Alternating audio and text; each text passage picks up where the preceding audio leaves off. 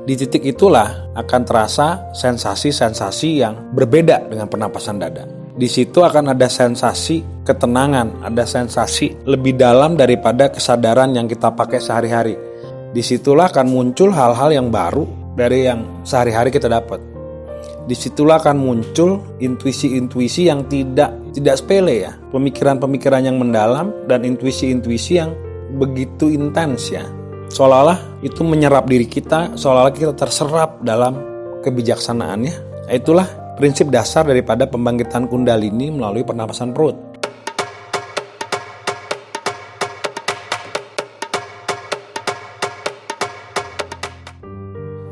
Salam jumpa di Jurnal Hendra.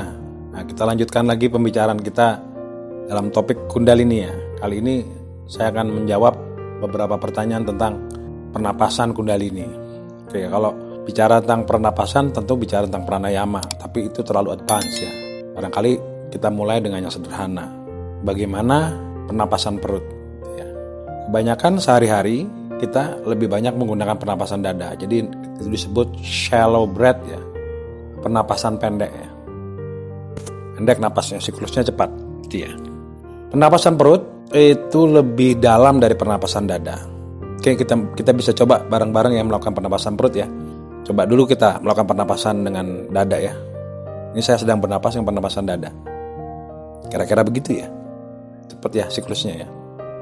Tapi kali ini kita coba ya untuk melakukan pernapasan perut. Jangan mengatur pernapasan ya. Biarkan dia secara alamiah. Mengatur pernapasan bisa menghasilkan masalah hiperventilasi. Ini kita coba sealamiah mungkin kita melakukan pernapasan perut tanpa ada unsur pemaksaan ya. Jadi ambil napas, dada, turunkan ke perut atau keraskan perut sehingga dia bisa turun di bawah dada. Buang napas. Oke, tolong lagi ya. Tarik napas, dada, kencangkan perut supaya dia turun ke bawah. Kita buang napas, hela napas. Yang disebut komponen terpenting dari pernapasan yang membangkitkan kundalini adalah ketika kita selesai menghela napas. Oke, kita lakukan lagi. Tarik napas, keraskan perut atau turunkan dan buang napas. Pada saat kita mengeluarkan napas atau menghela napas, itulah titik yang namanya disebut pernapasan kundalini lah, katakan demikian.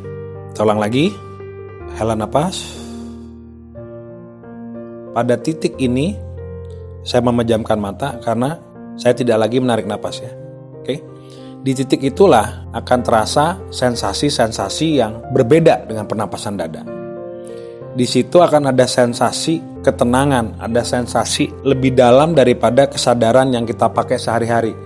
Jadi kita masuk ke areal yang lebih mendalam dari kesadaran kita sehari-hari ketika kita hela napas ya. Oke, kita hela napas. Nah, di titik selesai menghela itu ada kesadaran yang lebih dalam daripada kesadaran yang kita pakai sehari-hari. Nah, titik di mana kita mengalami peristiwa munculnya kesadaran yang lebih dalam adalah titik yang paling fundamental dalam proses pembangkitan kundalini. Karena saya dalam posisi duduk, tidak dalam posisi padmasana, ini tidak dapat dipraktekkan ya. Tapi teman-teman bisa melakukan praktek-praktek olah pernapasan dalam pose terata ya, pose padmasana atau pose meditasi yang umum gitu ya. Nah, pada saat menghela napas akan ada kesadaran ekstra, disitulah kundalini kita bangkit. Disitulah akan muncul hal-hal yang baru dari yang sehari-hari kita dapat. Disitulah akan muncul intuisi-intuisi yang tidak sepele ya. Pemikiran-pemikiran yang mendalam dan intuisi-intuisi yang begitu intens ya. Seolah-olah itu menyerap diri kita, seolah-olah kita terserap dalam kebijaksanaannya. Oke. Nah, itulah prinsip dasar daripada pembangkitan kundalini melalui pernapasan perut. Tapi tentu saja hal itu mesti dipraktekkan sehari-hari. Dengan catatan jangan dipaksa ya. Pernapasan tidak untuk dipaksa. Jadi pernapasan perut itu adalah pernapasan yang wajar dan tidak bisa berlangsung secara waktu yang panjang ya. Paling ngepol 2-3 menit ya. Sudah itu lakukan pernapasan biasa karena sekali lagi kita menghindari gejala hiperventilasi yang berbahaya karena kita kan keracunan kebanyakan oksigen nanti ya.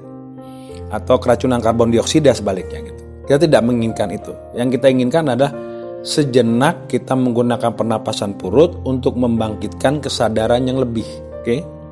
Dimensi lain bahwa kundalini bagi kawan-kawan yang bergiat dalam dunia bela diri itu dimanfaatkan sebagai energi kanuragan ya, sebagai pembangkit energi untuk hal-hal yang bersifat keluar biasaan fisik gitu ya. Tahan pukul, ada yang seperti Thai boxing ya, tahan sakit apabila sampai tulang betisnya ditendang nggak sakit, kemudian ketika dagunya dihantam tidak pingsan, itu dalam kundalini dalam konteks kanuragan. Ya juga dia melakukan penapasan perut.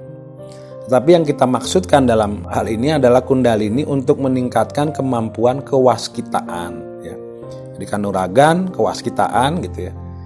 Ini bukan kanuragan yang kita manfaatkan untuk proses peningkatan kapasitas kebijaksanaan atau kewaskitaan. Jadi kundalini untuk meningkatkan kebijaksanaan kita dalam menyikapi berbagai masalah yang ada di sekitar kita sehari-hari gitu.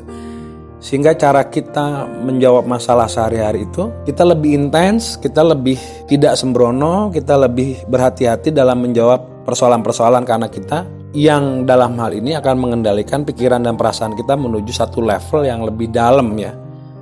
Ketenangan katakan begitu. Nah, hal seperti ini penapasan perut itu sering kali kita lakukan ketika kita dekat dengan alam gitu. Kita kadang-kadang nggak sadar gitu ketika kita ngelihat satu tampilan alam yang indah, yang cantik atau tampilan alam yang luar biasa, kita menghela napas. Luar biasa ya. Cakep banget sih. Indah banget sih. Nah, itu. Di titik-titik di mana kita menghela napas karena kita merasa tertakjubkan, disitulah muncul kebijakan-kebijakan yang luar biasa atau kebijaksanaan-kebijaksanaan yang bersifat tidak kacangan, tidak kaleng-kaleng gitu ya. Dia bisa mampu untuk kita gunakan untuk memecahkan masalah sehari-hari. Nah, itulah membangkitkan kundalini dengan penapasan perut dengan motivasi untuk kewaskitaan, bukan untuk kanuragan. Tapi bukan berarti kundalini tidak dapat digunakan untuk kanuragan. Bisa sekali. Tapi kita tidak berbicara pada konteks itu dalam jurnal ini karena kan sifatnya terlalu teknis. Dan dalam dunia modern, dunia kanuragan itu telah digantikan oleh teknologi gitu ya. Jadi manusia bisa terbang, manusia bisa begini begitu sudah banyak sekali digantikan oleh teknologi atau difasilitasi oleh teknologi. Sehingga penggunaan kundalini untuk hal-hal seperti itu mungkin dalam dunia modern tidak relevan atau tidak kontekstual. Penggunaan kundalini akan menjadi kontekstual di dunia modern apabila hal tersebut kita gunakan untuk melakukan peningkatan kesadaran-kesadaran atau kewaskitaan kita dalam menghadapi problema di dunia modern sekarang ini. Mudah-mudahan kawan-kawan bisa mengikuti saya untuk mencoba melakukan penapasan perut, membangkitkan kundalini untuk mendapatkan kewaskitaan. Ya, kira-kira itu yang bisa saya sampaikan pada episode ini. Kita akan berlatih dari hari ke hari untuk membangkitkan kundalini untuk kewaskitaan ya, itu ya. Kira-kira demikian, saya tunggu subscribe, like, dan tentu saja komen kawan-kawan. Apabila ingin bertanya, nanti kita coba bersama tim redaksi akan menjawab pertanyaan-pertanyaan yang mungkin akan muncul lebih detail dan lebih teknis. Oke? Salam jumpa lagi di Jurnal Hendra di episode mendatang. Terima kasih.